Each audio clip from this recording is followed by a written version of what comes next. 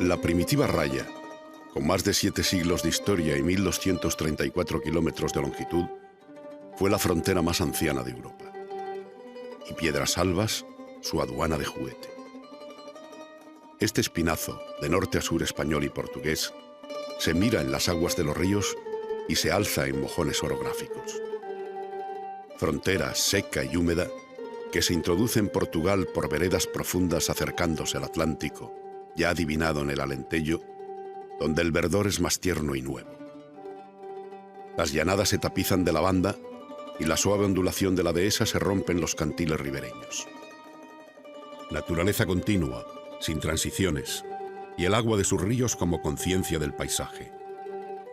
Aguas que buscan, melancólicas, la querencia del océano, añorantes de su niñez montanera y de su adultez de llano relajada en meandros.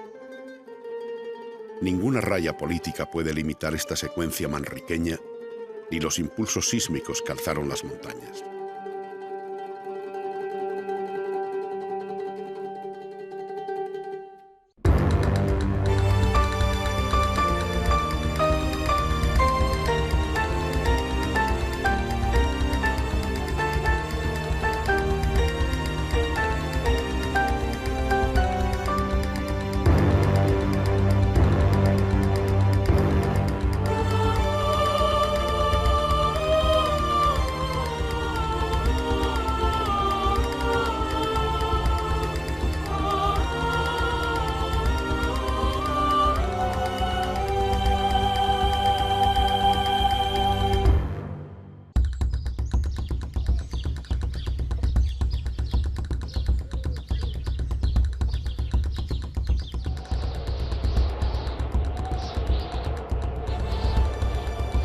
Guadarrama, Gredos y Gata hermanan con la Sierra de la Estrella y entran en Portugal entre pizarras, crestas, barranqueras graníticas y piedras arquitectónicamente trabajadas que remiten a una prehistoria compartida.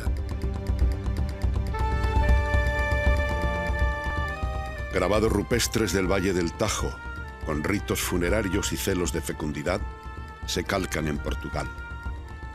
Primer anhelo metafísico del trashumante de la raya, que miró el azul purísimo y vislumbró la eternidad en liturgias de piedra dolménicas que componen gigantescas aras sacrificiales y enterramientos. En palabras de José María Bermejo, traducen un primer barrunto de trascendencia.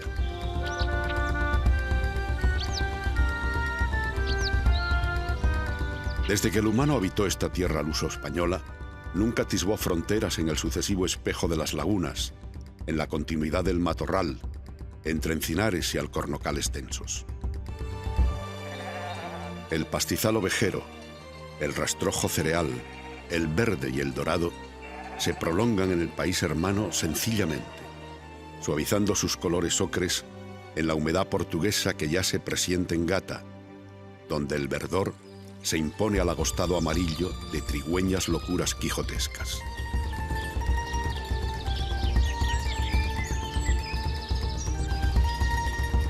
El vaho atlántico se agosta en el ardor continental para que surja en Extremadura un clima mediterráneo suavizado, que al resguardo de valles horacianos se vuelve travieso, olvida el viñedo y el olivar para tornarse algodonero y tabaquero ultramarino. Y como transición al encinar y al cornocal, bosques de abedul, roble y castaño, lamidos por las cercanas brisas marinas. Collares de aldeas rayanas a una y otra parte con el mismo berrocal, que trepa el monte bajo y se mimetiza en montaña. Villas en las que la modernidad es solo aderezo a lo medieval, que late en piedras armeras con crotoreos de cigüeñas. Acá y allá de la raya los mismos molinos de agua, el mismo humo en un aire de cristal que difumina madrugares de tarea y atardeceres de descanso. Calcados olores a Tahona, almazaras y lagares, los mismos turbios cencerros a un lado y otro. Tiempo detenido.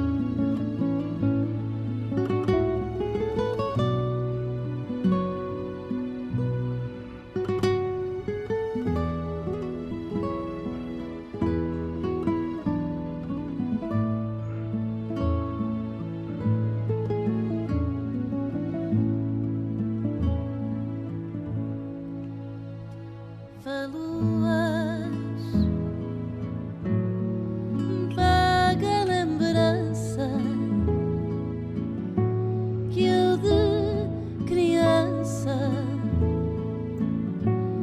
guardei para mim. Se as vejo ainda às vezes no techo, revivo a alegria do tempo em que as via no rio a passar. Veluas do Tejo que eu via a brincar e agora não vejo no rio a passar. Veluas vadias que andavam ali em tardes perdidas que eu nunca esqueci. E era tanta a beleza.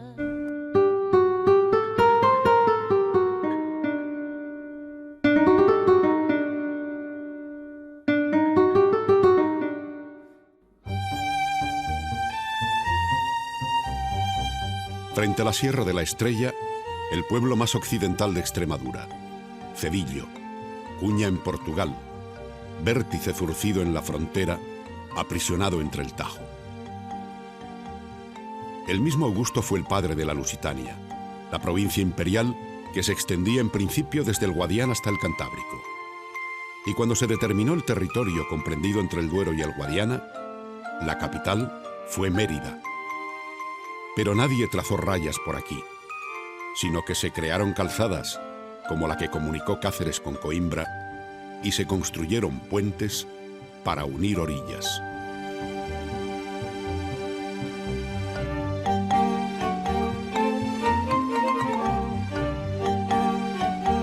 El de Alcántara fue el mayor, más alto y más admirable de Al-Ándalus, en palabras de Ibn Hayyam, alzado en la confluencia del Alagón y el Tajo para que durase por siempre en los siglos del mundo. Las profundas aguas calcan el puente y doblan la sillería granítica de sus 6 arcos desiguales. Las medidas hacen superfluos los adjetivos exclamativos. 194 metros de largo, 8 de ancho y 71 de alto. Obra de piedra sellada en lo que más tarde se llamaría La Raya, que comenzó cuando los balbucientes reinos cristianos y los maestres de las órdenes se repartieron las tierras de moros en huida. Así nació la raya de la codicia, trazada por aquellos guerreros con los 3 votos conventuales que relajaron el de pobreza.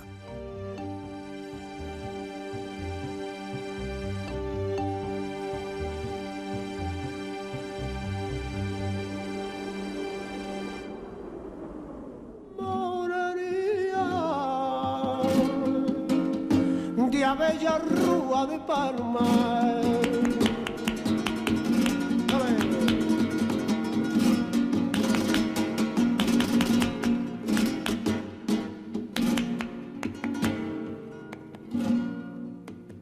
Dame un beso, José María. Cualquier día fortará si tengo fe. Y ese día qué alegría, fortará tu freguesía, todo el mayusé. Ay,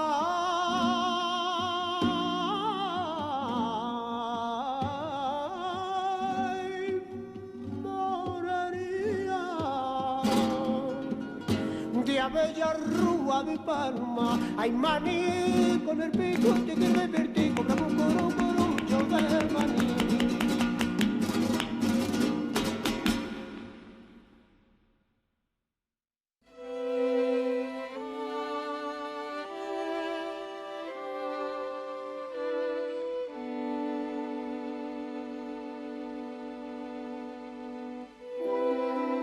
La Orden de Alcántara tuvo su más esplendoroso protagonismo en la comarca alcantarina, médula de la orden que dominó gran parte de Extremadura hasta el siglo XIX así como una amplia franja portuguesa donde el Tajo más muerde.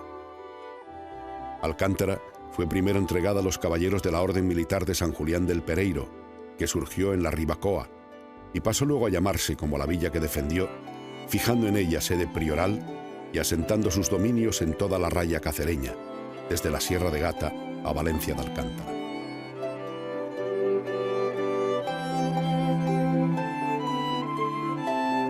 También la orden santiaguesa presente en Azagala, castillo de retiro de Alonso de Monroy, a quien el rey rebajó de maestre a clavero, agradeciéndole así su ayuda contra el moro.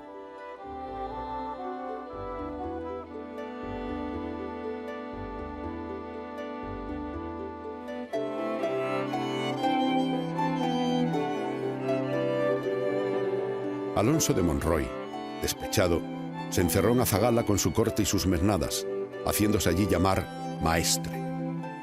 Cierto día, el rey Fernando entró desprevenido en tierras de don Alonso en cabalgada cinegética. Le salió al paso el clavero y se prosternó ante el rey que le había preterido. Fernando le dijo: «Alzad, clavero».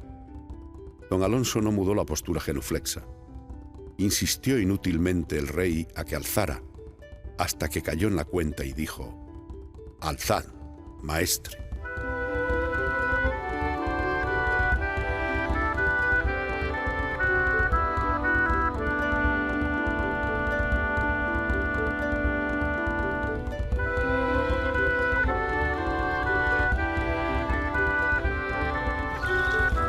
Banderías entre reyes y maestres desataron la codicia cuando las navas de Tolosa desatascaron una reconquista estancada y los cristianos avanzaron hacia el sur, dejando atrás bolsas de tierra buscada. A los reyes les obsesionó repoblarlas para imponer tributos, pero aún más fuerte fue la codicia de los maestres, en cuyas tierras de señorío se pagó hasta por pisar la sombra, y eclesiásticos militares en pos de feligresías a las que grabar con el diezmo y la primicia.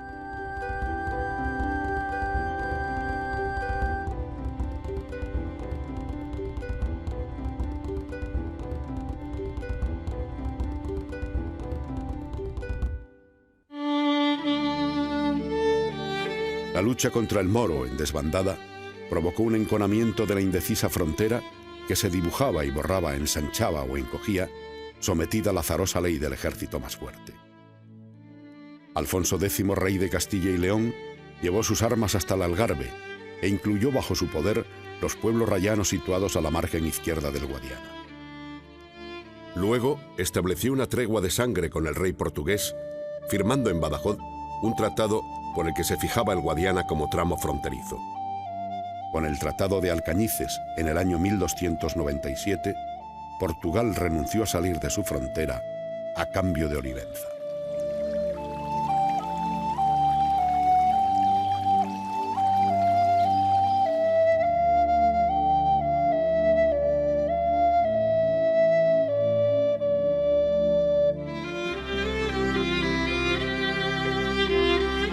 La frontera, a un lado y a otro, se erizó de castillos que mestizaron la raya de la codicia en raya militar.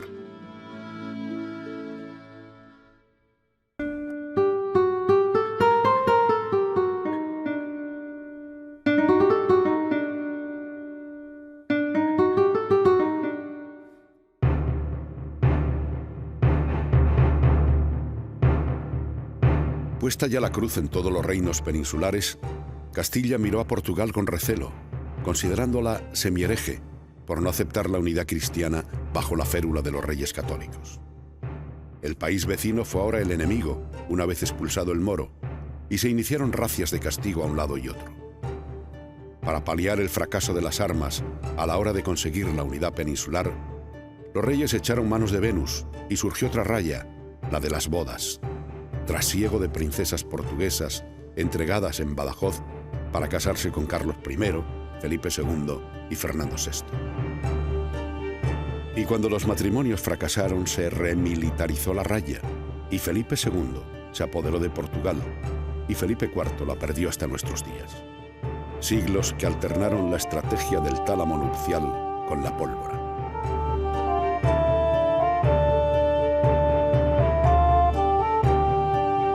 La política de bodas de Estado iniciada por los reyes católicos fue paralela a la de consumir a la nobleza levantisca. Ordenaron los reyes que los castillos se transformaran en residencias de caza y de boatos cortesanos. Se cegaron fosos, los puentes levadizos se prolongaron en caminos, se desmocharon almenas, se tapiaron troneras y desaparecieron tubos artilleros y bolaños. Las estancias se adornaron con ricos tapices y aquella nobleza guerrera, curtida en lavandería, a la que no se le rozó el poder económico, se relajó en zángana burguesía.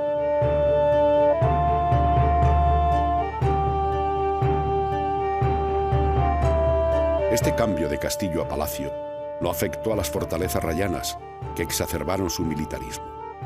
Orgía de almenas, barbacanas, torres del homenaje y almenaras para comunicar el circuito de castillos a un lado y a otro.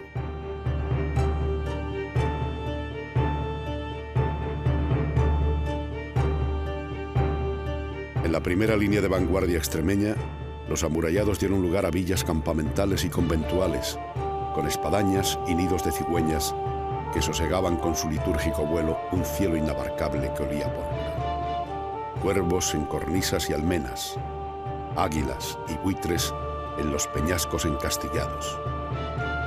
Cigüeña extremeña sube a la peña, toca el tambor con la mano derecha de nuestro Señor. Iban y venían por un cielo sin fronteras de la Extremadura fortificada a la tierra alentellana.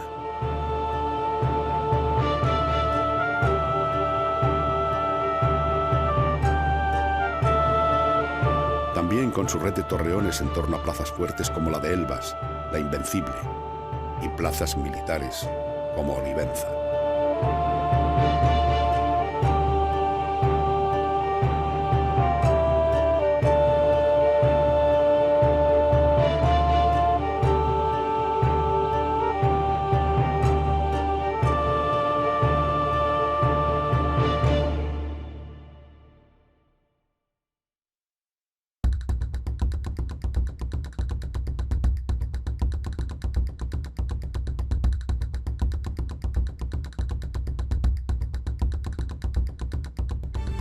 Valencia de Alcántara alzó castillo que aún conserva la torre del homenaje.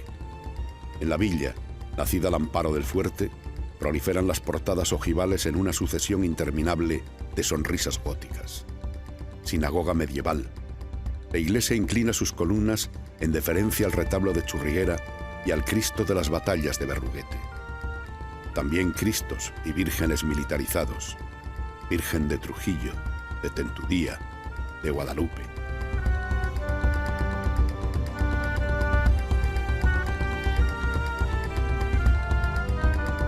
Para evitar ataques por el noroeste, Alburquerque se fortificó con un castillo por el que no pasan los siglos y que parece componer un solo cuerpo con la roca de la que emerge. El verso de Cardoso de Mata solo cambia el nombre. Nunca se sabe en Monsanto se a casa nasce de roca, se a roca nasce da casa. La situación estratégica del castillo, por tanto terreno oteado, dio a la villa mucho protagonismo en el largo conflicto entre la Baja Extremadura y el Bajo Alenteño.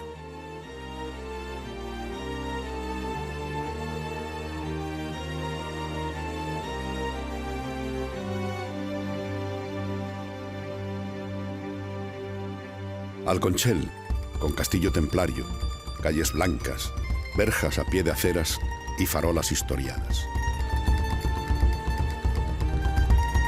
Villas con una arquitectura de guerra que militarizó su urbanismo en detrimento de la edificación civil. Castillo, convento y plaza de toros al amparo de la muralla compusieron la Santísima Trinidad de pueblos dormidos en la Edad Media fronteriza.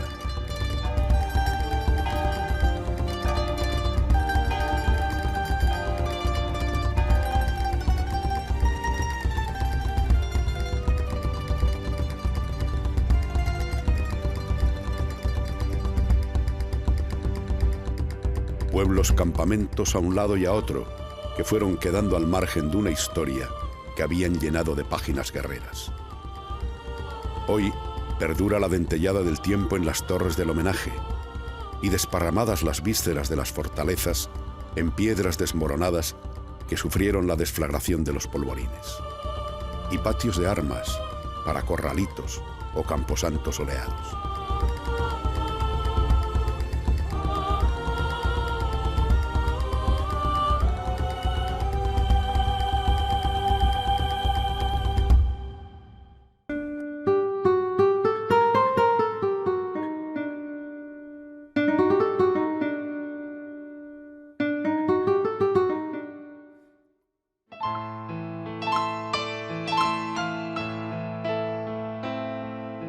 La Edad Moderna fermentó otra raya que metabolizó milicia, bandidaje y contrabando, que atrajo a huidos, aventureros, rufianes, prostitutas, jugadores de ventaja en densa y tramada mezcolanza con los ejércitos y con los vecinos laboriosos. Soldados cuatreros burlaban la frontera para apoderarse de rebaños y, de paso, sitiar por hambre al enemigo.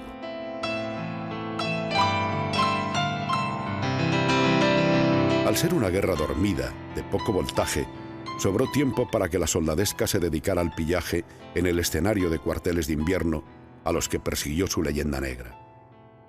La población rayana nunca miró a su ejército como amparo, sino de ocupación y pillaje, constantes derramas para alimento de tropas, alojamiento de levas en casas particulares y soportar la lascivia del soldado en descanso. El campesino que contribuyó a la conquista de aquellas tierras solo recibió el estatus de bracero y vivió al amparo de una disciplina militar religiosa que le esquilmó y le sedó, alzando a la entrada de las villas el rollo de horca y cuchillo y el humilladero.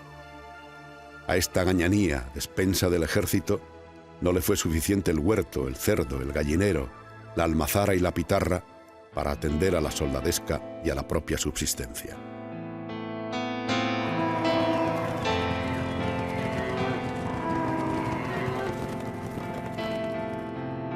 El estado de necesidad le abrió los ojos al comercio en la raya, imitando a los soldados de fortuna que vivaqueaban la frontera en bandidaje disfrazado de uniforme. Cuando los reyes acrecentaron su centralismo, injertaron en los ejércitos capitanes de fronteras, de sacas, guardas de caminos y de cosas vedadas, arrendadores de rentas y recaudadores de impuestos. Nació entonces otra raya, la aduanera.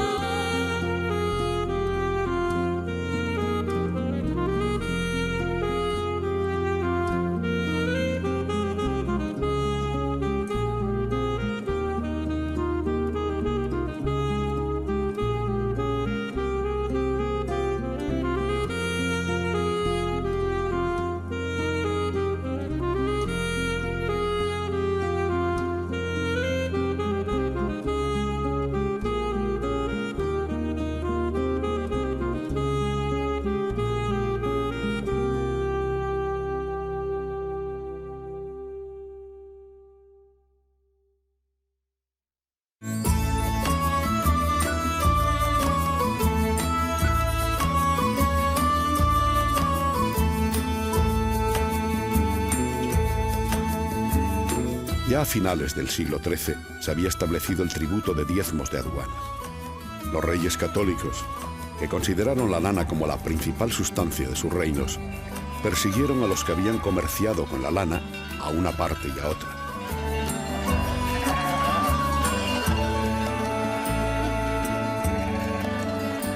También la raya se había cruzado libremente para la siega en Castilla, pero en el siglo XV se obligó a los segadores a depositar una fianza antes de pasar la frontera, que perderían si al regreso introducían cereales en Portugal. Hasta mediados del pasado siglo, cruzaron la frontera, clandestinamente, segadores portugueses a Olivenza y Badajoz. En coyunturas de huelgas, fueron contratados como esquiroles para reventarlas.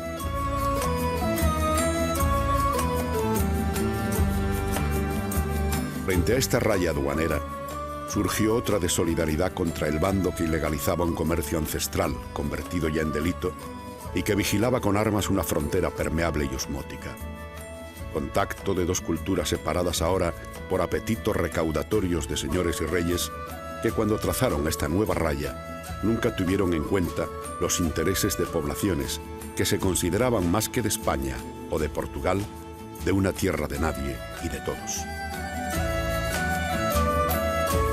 Pero el poder nunca pudo controlar las emociones de seres curiosos por conocer al vecino del otro lado y establecer con él relaciones.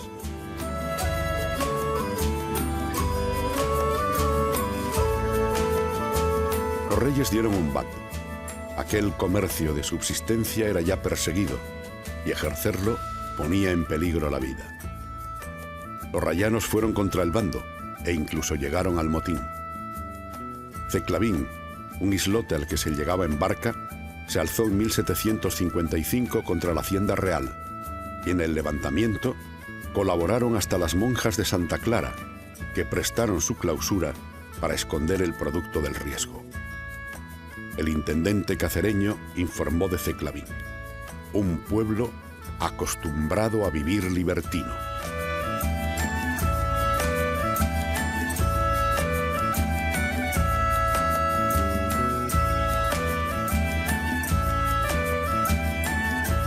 Le obsesionó a los reyes gobernar a los más alejados del centralismo para que no hurtasen el control fiscal de los portazgos, pontazgos y montazgos, acérrimos los rayanos a las costumbres de sus abuelos. Arrieros y comerciantes portugueses que acercaban sus productos a las ferias castellanas y que hubieron de esquivar a los recaudadores amparándose en el conocimiento de la orografía para diseñar nuevas trochas y vadear los ríos por su parte menos vigilada, la más brava.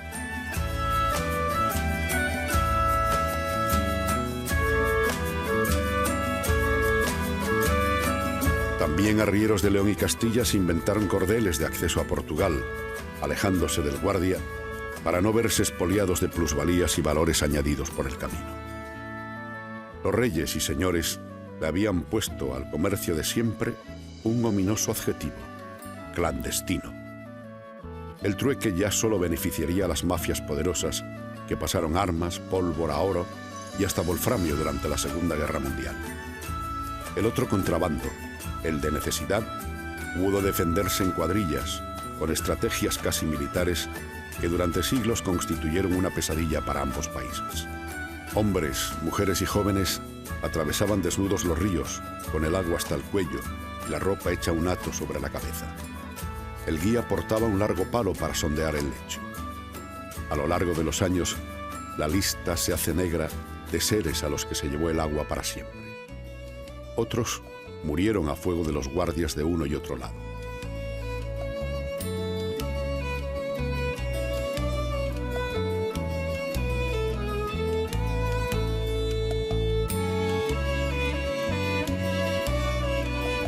El contrabando organizó el oficio para burlar una ley cada día más estricta. El gremio dividió los trabajos y se especializó. Un eslabón importante de la cadena del comercio ilegal fue el barquero. Una legendaria barca trabajó en Olivenza, otra en Ceclavín. Recordaban las del viejo oeste americano y necesitaban al menos 2 hombres para manejar cada remo. Las crecidas de los ríos, sin presas de contención, también provocaron pérdidas de vidas. Pese al riesgo, las barcas llevaron hasta bien entrado el siglo XX de un lado a otro de la frontera húmeda personas, enseres, animales, carros con cal extremeña y carros con sacos de harina portuguesa durante el extraperlo y los años de hambre en la España del luto y la rogativa. Se pasaba entre el pan, el aceite y el café vírgenes de Fátima, para que milagrearan al otro lado de la raya. Los contrabandistas dejaban los bultos a pie de la vía férrea y los enlaces los recogían con ganchos. Algunos contrabandistas llegaron hasta Madrid, atrochando de noche y tapándose de día. Las cuadrillas no fueron de españoles o de portugueses, sino también mestizas.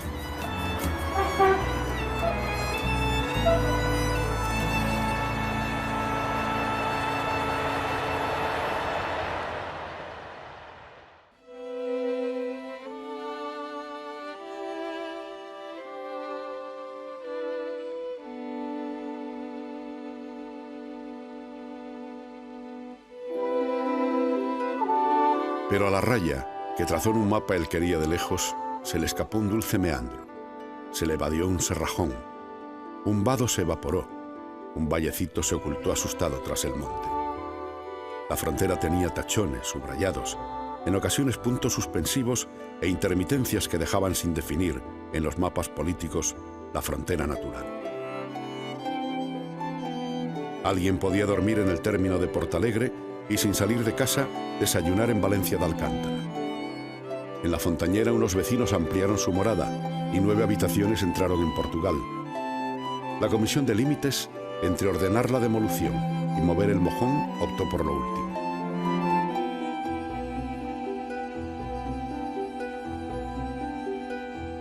Río de Honor quedó partido por la frontera. La Codosera fue dividida por el arroyo Abrilongo. Pino, la alquería fronteriza más vieja, tiene las Casas de la Duda. De los 4 edificios, 2 pertenecen a Valencia de Alcántara y los otros 2 a Portalegre. En Couto Misto, sus 1000 vecinos ni pagan impuestos ni hicieron el servicio militar hasta el siglo XIX. Eran de nacionalidad compartida. El pueblo tenía privilegio de asilo y los contrabandistas no podían ser perseguidos. El bando nunca pudo borrar la contrafrontera psicológica y sentimental que había abolido la raya mucho antes de que Europa lo hiciese. En el escenario fronterizo se utilizaron indistintamente escudos y pesetas. Muchos rayanos, cuando les convino, eligieron nacionalidad y sobre todo en la raya se habló indistintamente portugués y castellano y crecieron mestizajes lingüísticos y falas solidarias, reliquias que nos enseñan hoy peculiares maneras de interpretar una forma de vivir y que traducen sociologías y antropologías con marca fronteriza.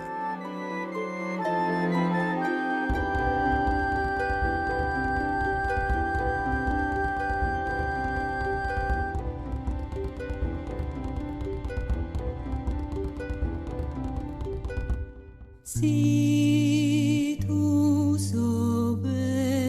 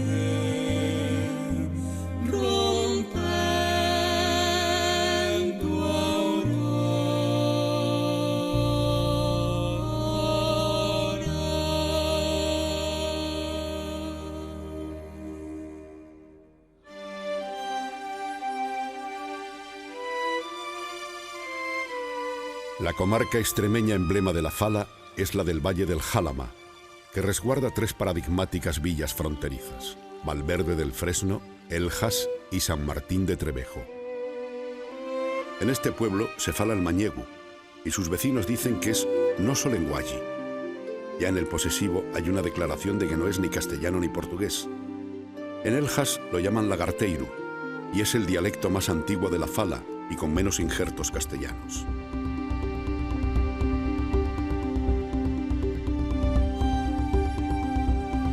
Sobreviven viejos que morirán hablando su fala. Sin ellos saberlo, contiene más fonemas que el castellano. Al anciano lo llaman bellu, bella manera de panegilizar la senectud. Al helecho, fietu fita. Al salir, ser. Al hacer, fer ficer.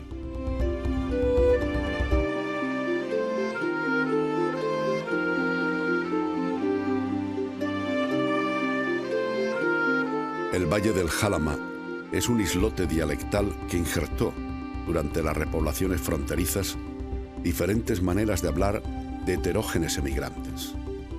Hoy retoña el deseo ilustrado de aprender esta fala de morriña gallega, saudade portuguesa y castellano de Berceo, con la que los antepasados nombraron aperos y herramientas, definieron trabajos y contaron la aventura de vivir en la frontera.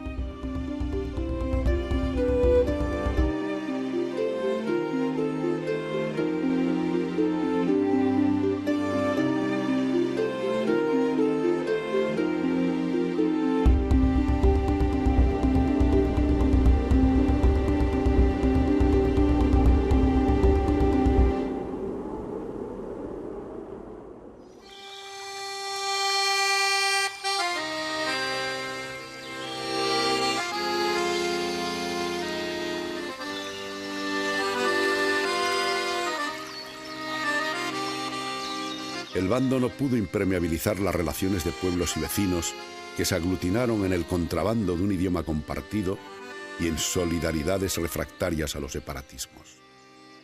Siempre sobrevivió una contrafrontera psicológica y lúdica que compartió cocina y despensa, capeas y toros, romerías y festivales, coplas y fados, goles, bodas y bautizos.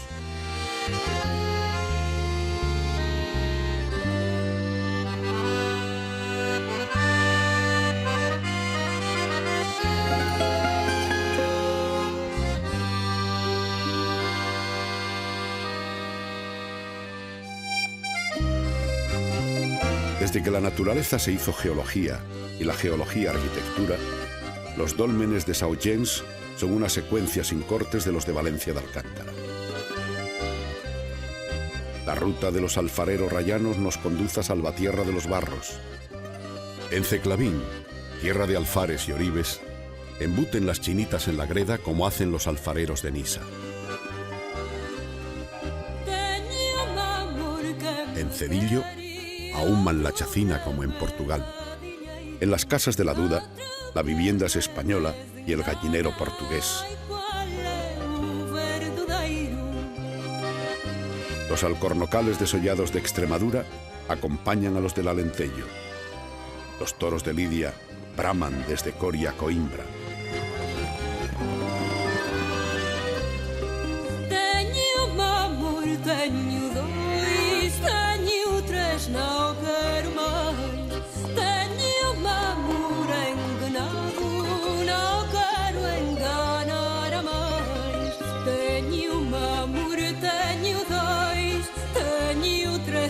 En Olivenza, los vecinos hablan en un idioma o en otro sin darse cuenta. Las iglesias son manuelinas y su dulce paradigmático es portugués. La técula mécula, para ti, para mí.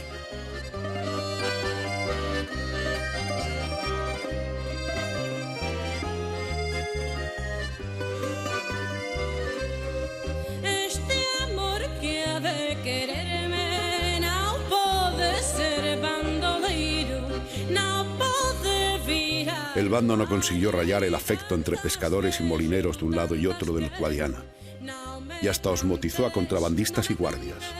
Afamados salteadores de la frontera pasaron al cuerpo de la Benemérita y muchos guardias turcieron su parva soldada como contrabandistas a tiempo parcial.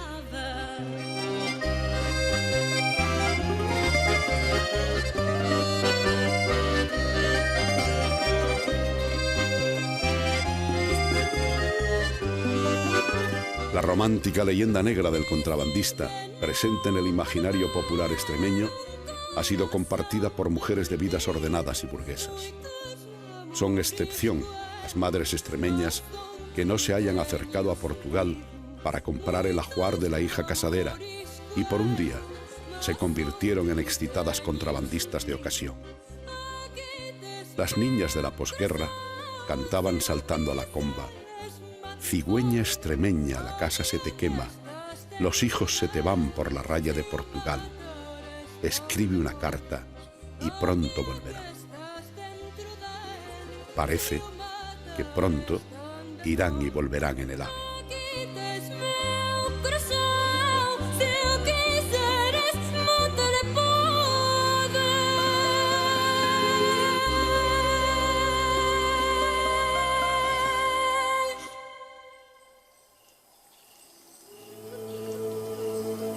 Ahora, cuando España y Portugal se suman al proyecto común de la Europa sin fronteras y han desaparecido por tanto las aduanas entre los dos países, las ventajas culturales y económicas de vivir secularmente a ambos lados del espacio fronterizo empiezan a hacerse visibles.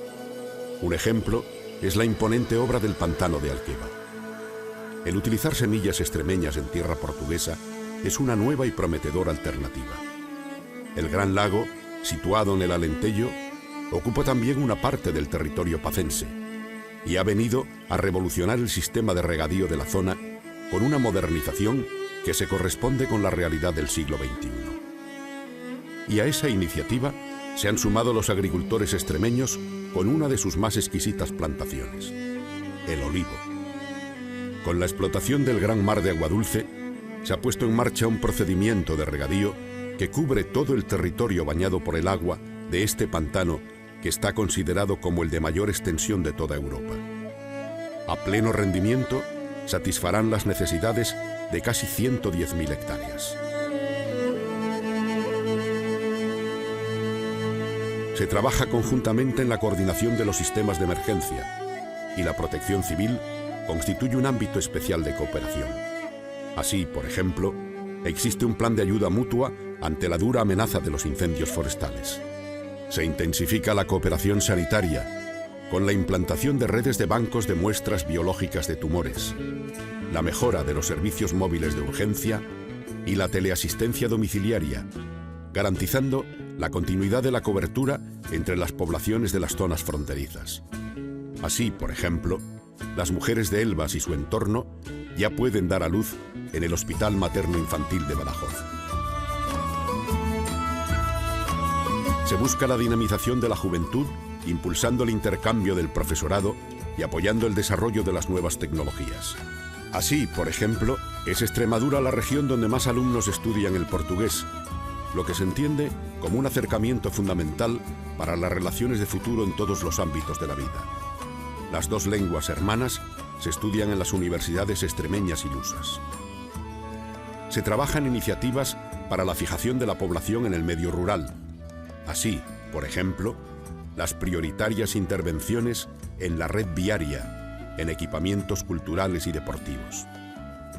Con rápidas vías de comunicación se hermana el turismo y el comercio y se hace fundamental la preservación del patrimonio natural y la formación continua en el conocimiento de los valores ambientales. Expertos en territorio y urbanismo de la Universidad de Extremadura, genuinamente rayana, han superado ya las 2 décadas de trabajo y dedicación al tema.